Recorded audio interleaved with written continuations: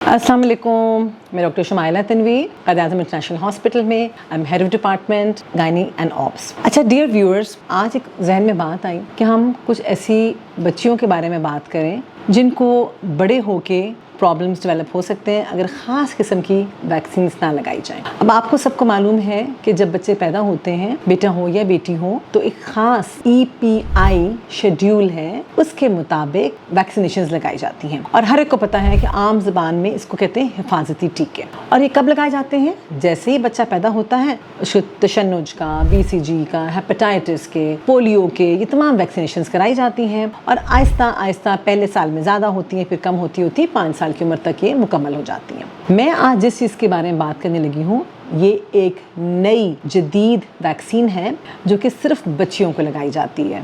आपने शायद cervical cancer का नाम सुना होगा इससे पहले। सर्विक्स क्या चीज़ है? बच्चेदानी का मुंह जिसको कहते हैं।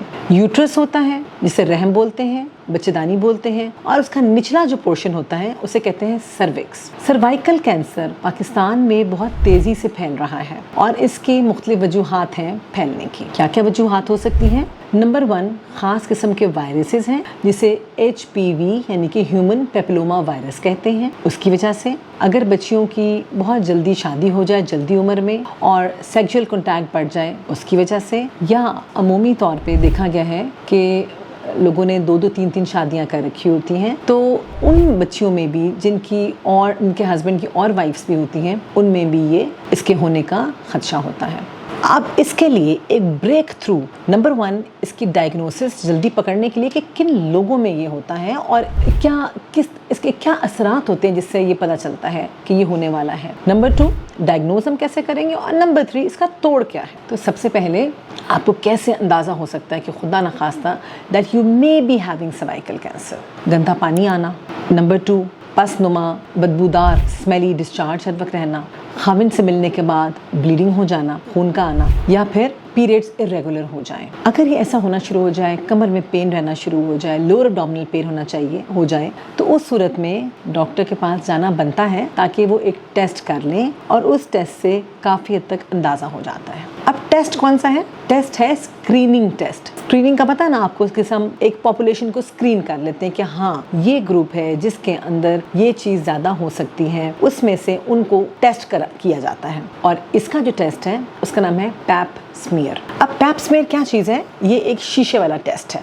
रहम के ऊपर से कुछ हम सिक्रीशंस ले लेते हैं, सेल्स ले लेते हैं और उनको स्लाइड के ऊपर फैला देते हैं और उसका माइक्रोस्कोप के नीचे मुआयना किया जाता है, जिससे पता चल जाता है कि कोई एबनॉर्मल सेल्स तो नहीं है। Number 2, VIA visual inspection with एक खास किस्म का एसिड होता है। अगर हमें लगे कि कोई पेशेंट ऐसे आई है जिसको तमाम अलामात हैं और हम देखते हैं बच्चेदानी के मुंह को औजार डाल के, जो कि एक पेनलेस सा प्रोसीजर है, और हमें शक होता है कि खुदा ना खास्ता कोई मसला तो नहीं है, तो उसमें हम क्या करते हैं, OPD में ही पेशेंट को लिटा के एक एसिड होता है, कोई तकलीफ दे चीज़ नहीं है, वो लगा के हम आंखों से देख लेते हैं, या फिर एक खास किस्म की आयोडीन होती है वो लगा के देख लेते हैं, जिससे अगर कोई ऐसी चीज़ हो, उभरी हुई हो या वेसल्स हों, बहुत ज़्यादा खून की नालियाँ जहाँ पे जा रही हों, तो वो नज़र आना शुरू हो जाती हैं और हमें शक होना शुरू होता है कि ये वाला ख़ास एरिया जहाँ पे खुदा न खास्ता कैंसर या उसके प्री कैंसर स्टेज हो सकती है। तो ये तमाम वो चीज़ें हैं जिसमें पैसे भी ज़्यादा नहीं लगते, ना आपका टाइम लगेगा ना डॉक्टर का टाइम लगेगा, और हम एक सर्वाइकल कैंसर को बहुत जल्दी पिक कर लेंगे। आपको मालूम है इस वक्त जापान में सर्वाइकल कैंसर बिल्कुल ख़त्म हो चुका है। क्यों? ये बात नहीं है कि वो हाइजीन के बहुत अच्छे हैं, सिर्फ इसलिए क्योंकि उनका सिस्टम इतना स्ट्रॉन्ग था कि पैप स्मीयर के लिए हर 3 साल के बाद हर औरत को घर से बुलाया जाता था, जिसकी वजह से होते होते उन्होंने बहुत अर्ली स्टेजेस में इसको कैंसर को पकड़ लेते थे और फिर इसका ट्रीटमेंट हो जाया करता था। इसी तरह दुनिया के जदीद जितने मुल्क हैं उनमें भी पैप स्मीयर बहुत फ्रीक्वेंटली होता है।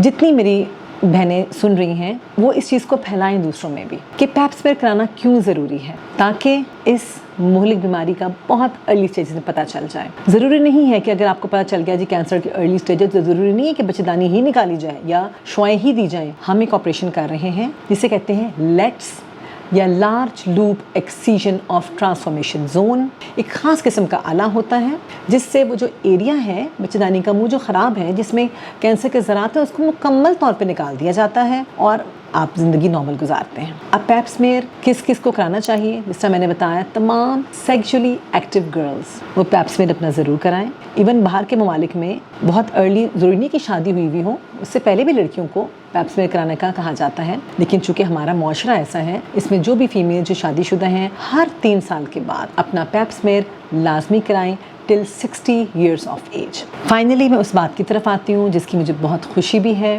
ویکسین ایک آ گئی ہے جدید ترین، جو پہلے بھی تھی لیکن آف اینڈ آن ہم لگا رہے تھے، لیکن گورنمنٹ شیڈیول کے اندر نہیں تھی، یعنی کہ ہماری ویکسینیشن کارڈ پہ اس کا مینشن نہیں تھا.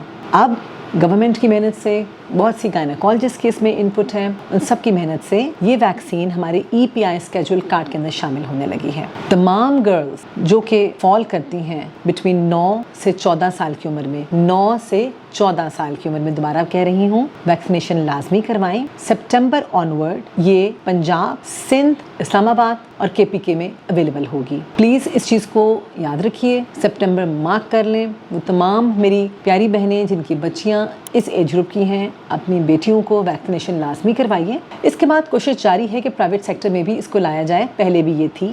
اس کا کچھ شیڈیولز ہیں، ڈفرینٹ ویکسین ڈفرینٹ شیڈیول ہوتے ہیں. اس وقت WHO ورلڈ ہیلتھ آرگنائزیشن کا جو شیڈیول ہے وہ سنگل ویکسین جو لگوائیں گے بچیوں کو، اور بچیاں انشاءاللہ تعالیٰ اس مہلک بیماری سے پاک ہو جائیں گی. یہ ویکسین کس چیز کی ہے؟ سروائیکل کینسر کی اگینسٹ دی وائرس. سو پیاری بہنوں، یہ جو وائرس ہے نا، یہ صرف کینسر ہی نہیں کرتا، یہ اور بھی بہت سی چیزیں، نیچے والے ایریے میں دانے دنکے بن جانا، کچھ اس قسم کی گروتھ بن جانا جو بہت ریپڈلی پھیلتی ہے، جس کے بعد میں ٹریٹمنٹ انسان کراتا رہتا ہے، جو پینفل ہو جاتی ہیں، ان تمام چیزوں کے بھی بچاؤ ہو جائے گا.